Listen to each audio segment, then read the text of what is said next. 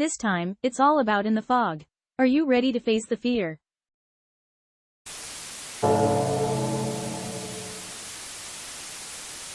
I'll share the most puzzling event I've ever experienced.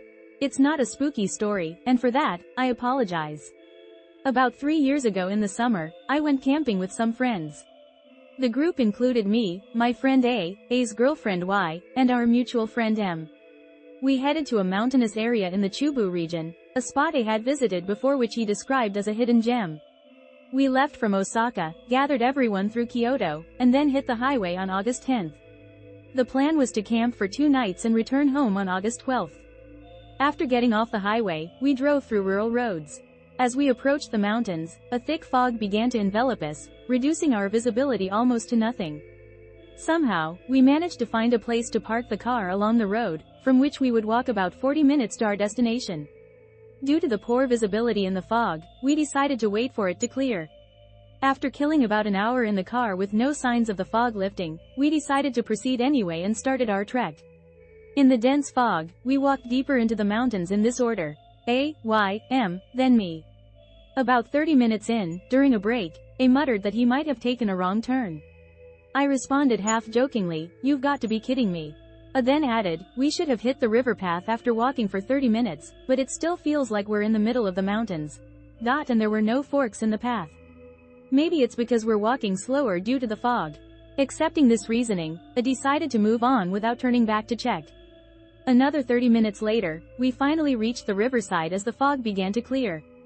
Everyone was relieved. We walked a bit further, set up our tent on the riverbank, and discovered that it was indeed a beautiful spot once the fog cleared completely. We enjoyed our 2 nights there.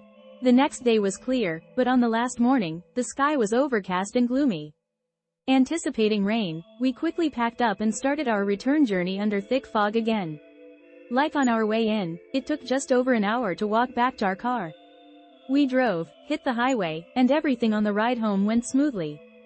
However, as we got off the highway at our local exit, I noticed something strange. The date on the highway toll ticket was August 11th. Since I was driving, no one else had noticed this and I initially thought it was a machine error, but things took a turn. When one of the girls called home from the car, there was a commotion over the phone. After hanging up, I asked what was wrong, and she explained that her family was confused about her returning a day early. This led us to check everyone's cell phones. Mine showed August 12th, as did Y and M's, but A's showed August 11th. Tension filled the car. What? Why? How is this possible? Were the bewildered questions everyone had. Remembering the toll ticket, I showed it to everyone. Feeling we needed more confirmation, I pulled over at a convenience store to ask the clerk for the date, to which he cheerily responded, "It's the 11th. The newspapers at the convenience store also said it was the 11th.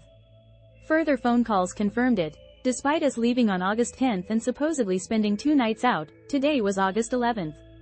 Confused and upset, the girls began to cry. I suddenly remembered to ask about everyone's cell phone use during the camping. Everyone except A had brought their phones along. A had left his in the car since he figured he'd be out of service range anyway. Our conclusion was that the thick fog somehow led us into a mysterious and outer zone, warping our sense of time. In a way, it was lucky since our summer holiday was inadvertently extended by a day. However, every time we shared this story afterwards, we were met with disbelief. Of course, I haven't spoken about it much lately. But I thought it might be accepted here, so I decided to write it down. Wow, it's like you got caught up in some kind of time slip or supernatural phenomenon. What a shock. But hey, it sounds like a lucky break getting an extended vacation, right? If you could stay there forever, it would be a never-ending break. But imagine returning to the ordinary world like Urashima Taro. What a twist that would be. It's a bit mystical but not something to take lightly. Stay tuned for more chilling experiences next time.